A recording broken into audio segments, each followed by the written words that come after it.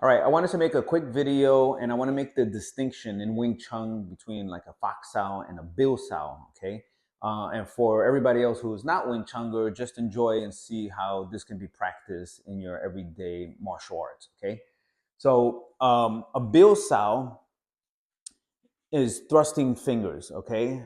So this one was created so that I can go put my fingers in the person's eyes or throat or any other vital area, okay?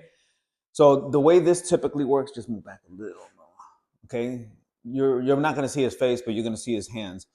The way I like to use the Bill Sao is when the guy throws, let's just say a straight jab, he throws a straight jab, boom, I pock with this hand. So pock is like a parry. So I pock and this bill goes inside. Boom. So that's a good bill sound. If the guy even threw with his right hand, or it doesn't even matter, right or left hand, a bill sound is more direct. And I can deflect with it, but it's like a bridge hand. So whatever he throws, boom, I'm going in to his eye. So again, it's a nice, beautiful straight line ended right there. Now, there's another one called a fox sound. The fox sound is when things are very short. So in Wing Chun, you typically have, he's going to throw a haymaker, okay? And in Wing Chun, we practice this a lot. So the guy throws a haymaker, we can do a gung sao. He throws a haymaker, we can do a quan sao. Now, the problem is that a person who is skilled may not necessarily always throw a haymaker, especially if you're fighting someone in mixed martial arts or kickboxing or boxing. So that punch is going to come to do a slow boom. That's the haymaker. Throw the four. So bam. So the four is shorter. Boom.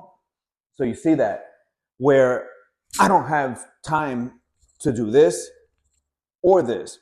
But what I do have time for, and again, this is going to be hitting his bone or actually his flesh with my bone, all right? So you have your radius and you have your ulna, and I'm going to be hitting him with my bone. That's a fox out. So we've already done this several times. I don't want to bust his arm. So I'm just going to show what it would be when that punch comes in. Boom! Is this hand. Okay, so this motion. So if you notice, if you could look on a straight line, if I was here, the mechanics of this wisp fast, and this bone crashes into the flesh part of his forearm. So I'm here and I don't have time for a gung, I don't have time for a quan, so I can whoop, whip that. And then secondarily, once I touch it, because this is a touch and go thing, so he comes in and I twist that, it's touch, go.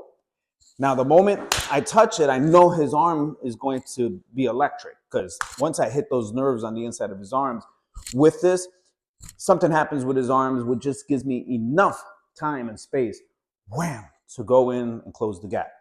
So while those are good for hand techniques, we have to remember, and I'm going to say this primarily in almost every video, not that it doesn't work, but a lot of the things don't work without the understanding of your footwork. If you don't know how to use your footwork in angles and positions, your hands are going to only take you so far. And I say that with a caveat. And the caveat is, of course, you have your sports entertainment type fighting, and then you have your street fighting. So in the street and in the entertainment world of sports, of course, you're going to have to go one of two different directions with how you actually execute. Any questions, comments, concerns? Like always, peace.